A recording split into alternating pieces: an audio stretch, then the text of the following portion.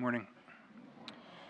We're quick to recognize evil around us in the world and to condemn it, rightly so. But how often do we examine our own lives and do we recognize the wickedness and the evil that we ourselves produce? And how often do we examine our conscience, and how often do we ask ourselves, am I praying, am I fasting, am I giving alms? Am I doing these spiritual works that help me to overcome evil, but also that first set an example of holiness and righteousness, but second, that actually do something, right? When we unite our prayer, our fasting, our almsgiving to the passion of our Lord, we're actually offering something to overcome that evil. What are we willing to give to overcome evil? What are we willing to let go of to overcome evil? What are we willing to sacrifice to overcome evil? Jesus says, you notice the splinter in your brother's eye, but don't perceive the pole in your own eye. Right? What are the things that are in our eye, keeping us from seeing clearly, keeping us from doing the will of God? What are the things that we need to change about ourselves? But we can't let that just be an excuse and say, oh, well, we can't worry about anything around us. We can't point out evil that is manifest in the world until we perfect ourselves. Well, we'll never be perfect, so we say, well, who am I to judge then?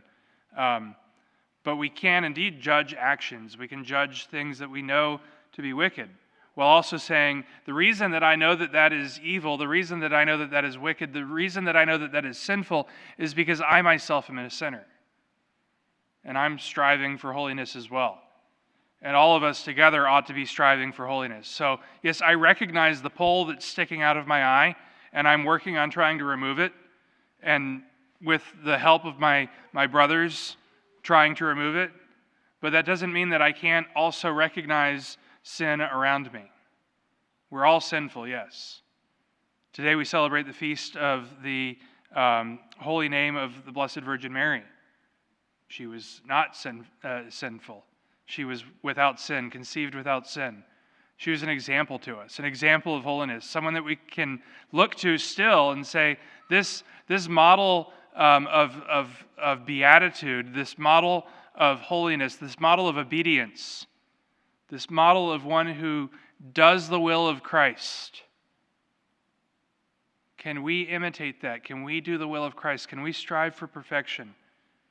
Can we strive to be free of sin? If we can do that, then just as she is our example for us, we can be examples to those around us as well. And so we acknowledge the evil in the world, but we first acknowledge our own brokenness, our own sinfulness, and we ask the Lord that we would have that grace to be able to remove that beam from our eye, so that indeed we may be examples to holiness, we may be examples to those around us, so that they too may do the will of God.